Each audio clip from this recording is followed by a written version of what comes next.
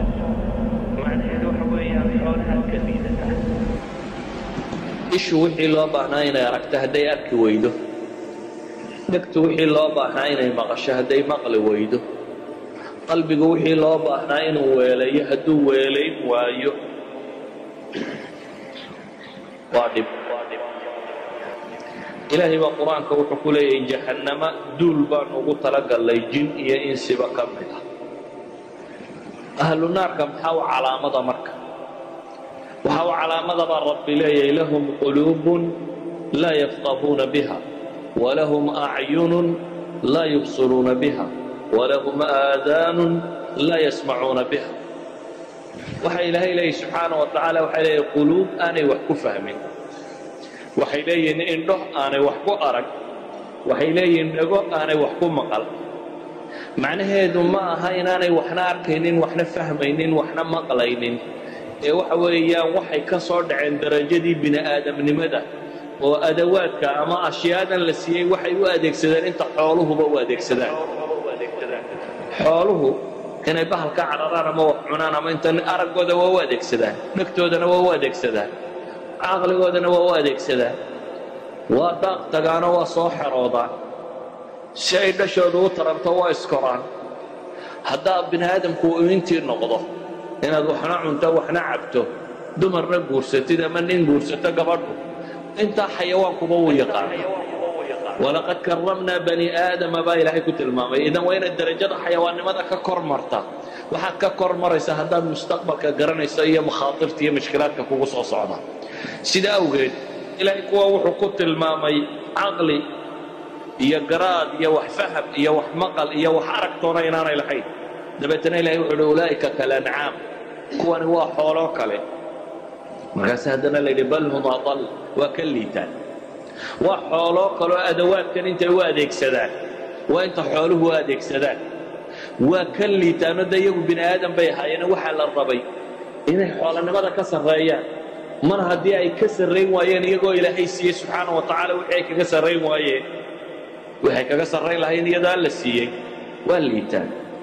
sidaa awgeed uma baahnin garaadkeenna iyo aqoontaada iyo raganimadaadu inay noqoto sidaad wax u cuni lahayd ama sidaad wax u cabbi lahayd ama sidaad mara u xidhan lahayd ama sidaad gabadh u guursan lahayd. hadday aqoontaadu ku soo ururto waa aqoon liidata. aqoontu waxay ahayd inay u tallowdo xad ka sarraysa xadka xayawaanka. xayawaanka qur-aanku wuxuu u adeegsadaa marka basharka lagu tilmaamo waa maruu bini aadamnimadiisii luusgareeyey ama lumiyey. ninka caalimka ah ee aan diinta ku dhaqmine barbar cararay, ilaahay wuxuu ku tilmaamay kalkalbi in taxmil calayhi yalhad aw tatruku yalhad. ey buu la mid yahay, haddaad eridana carab ku laalaadin waa haraariyoon, haddaad iska daysana waa haraariyoon baa ilahay yidhi subxaana wa tacaala. waa wadaadkii kitaabka dhinac orday. rabbi subxaana wa tacaala caamada diinta iska dhagamarta wuxuu ku tilmaamay kaannahum xumurun mustanfiratun farat min qaswara. dameer farow libaa xeriyaday oo orday oo kale ay la mid yihiin baa ilaahay yidhi. dameer farow wuu dheereeyaa, baqahana de hadduu libaax ku soo cararo inuu xoog u ordi doonaa la tilmaamaya. caamadaysa dhagamaraysa ee rabbi ka jeesatayna waxaa lagu tilmaamay dameer cararay inay la mid yihiin. wadaadka kitaabka xambaarsan ee aan faa'iido badan ku qabin waxaa lagu tilmaamay dameer bugaag la saaray. ilaahay subxaana wa tacaala wuxuu ku tilmaamay inay la mid yihiin. idan mar kasta oo qofka bini aadamkii caqligii iyo garaadkii iyo maqalkii iyo araggii la siiyey uu rabbi ku caabudi kari waayo ama se uu naar iskaga ilaalin kari waayo, waa mushkiladii ugu weynayd ee caalamku waa naar. haniimadii ugu weynaydna waa janno iyo rabbi aragtidii. labadii waxay ugu waaweynaa haddaad lumiso macnaheedu waxa weeyaan xoolahaad ka liidataa. xoolo ma gaadhid ee waad ka hoosaysaa. darajadii bini aadamkana hoos baad uga sii dhacday. waayo gaaladu darajadaasi markay ku dhacaan ilaahay baa wuxuu leeyahay yaclamuuna ظaahiran min alxayaaةi اdunya wahum can اlaakhirati hum gaafiluun. nolosha muuqaalkeeda saray garanayaan baa ilaahay.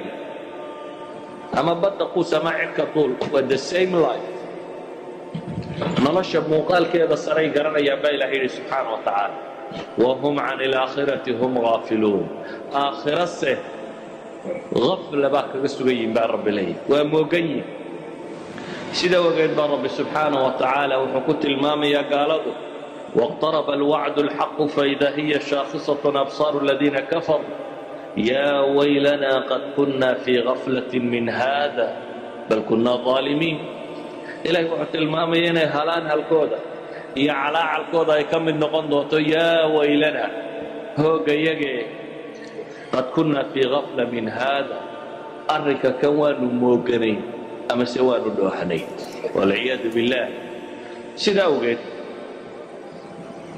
maalintaasi waxa bini aadamku uu tamaniyo waxa ka mid noqon doona waxaad hadda haysataa waxyaabaha ugu waaweyn ee bini aadamku uu tamaniyi doono tamanigu waa waxaad hididiilan doonto axlaamtaada iyo dreamskaaga waxyaabaha aad rajayn doonto waxa ka mid noqon doona yaa mar uun dunidii celiyo jaanis siiya waa kan maanta aad sheekada ku bixinaysee beerdaraynayse ee cayaarayse boodboodayse bal ee macaasida ku baxaya waa wakhtiga maanta aan qiimaha agtaada ka lahayn waa nolosha maanta aad isleedahay maxaad ku haysataa dadku waxay isleeyihin maxaan haystaa xoolo ma haysto waxba ma haysto maxaan ku haystaa meesha ka jooga tan aad hiifayso ayaad ku warwari doontaa yaa mar dambe tii soo celiya ilaahu yaa tii mar uun igu soo celiya si awgeed baa ilaahay wuxuu leeyay subxaana wa tacaala حتى إذا جاء أحدهم الموت قال رب ارجعون